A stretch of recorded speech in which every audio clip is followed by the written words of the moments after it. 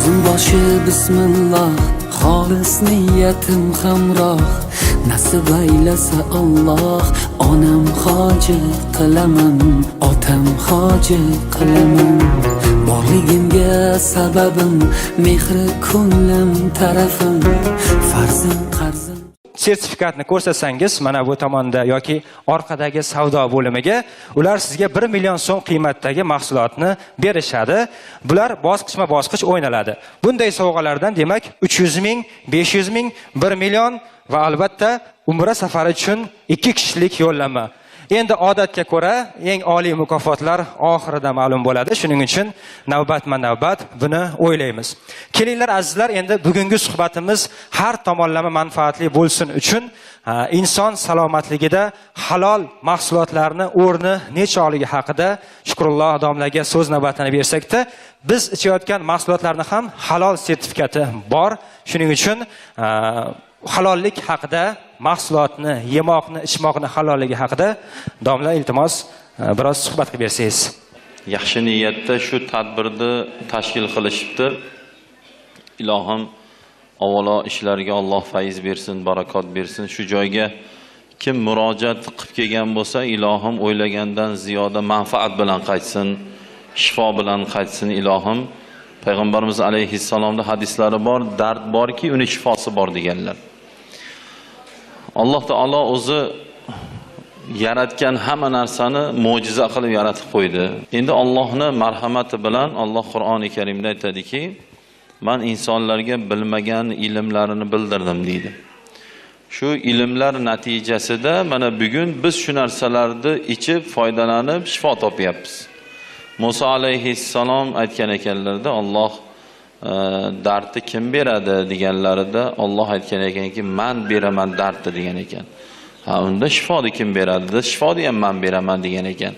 Ha, unda mana bu narsalar nimasi? Bular sabablar degan ekan. Bir joyi og'rigan odam sabablarni oqtaraveradi. Ali tana boshqa dard bilmasaydi, bir joyi og'rimayotgan odam uni his qilmaydi. Og'rigan odam o'zi harakat qilaveradi, uni qilib ko'ray, buni qilib ko'ray deb. Mana shuncha odam, mana hozir tashqari bo'lib ancha odam kelibdi. Shuncha odam shu joyga kelib manfaat topgan uchun keldi deb bilaman-da.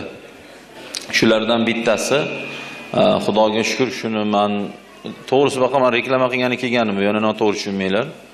Men o'z odatda Xudo saqlasin, yuzakilik, yolg'on haromligini juda yaxshi bilasizlar hammalaring. Bu Xudo saqlasin, bu qilmagan narsasini qildim, bilmagan narsasini bildim deyish bu juda yomon narsa bu. Bir qancha bo'ldi yo 3 oy yo 4 oydan beri biz oilaviy shu narsani ichib foydasini ko'rganligimiz uchun o'zi internetda ham ko'p aytdim buni. Birov menga buni aytib bering ham degan yo'q. Birinchidan o'zi ichib hayotda foyda ko'rganlar o'zi ko'rib turibdi buni. Aytish ham shart emas, o'zi real hayotda ko'rib turibdi. Deganim shuni foydasini ko'rganligimiz uchun kelib biz ham tashrif buyuraylik shu joyga deb. Shu xuddi sizlardek biz mehmon edik, faqat bir gapirgim keluvdi, chiqsam mayli deb shu joyga kelib o'tirgan odamman men ham. Ilohim avvalo shuni sabab qilsin. Alloh manfaatli qilsin. Alloh o'zi yaratgan narsalarning ichida shifolar borligini shular bizga ko'rsatib qo'ydi o'zi.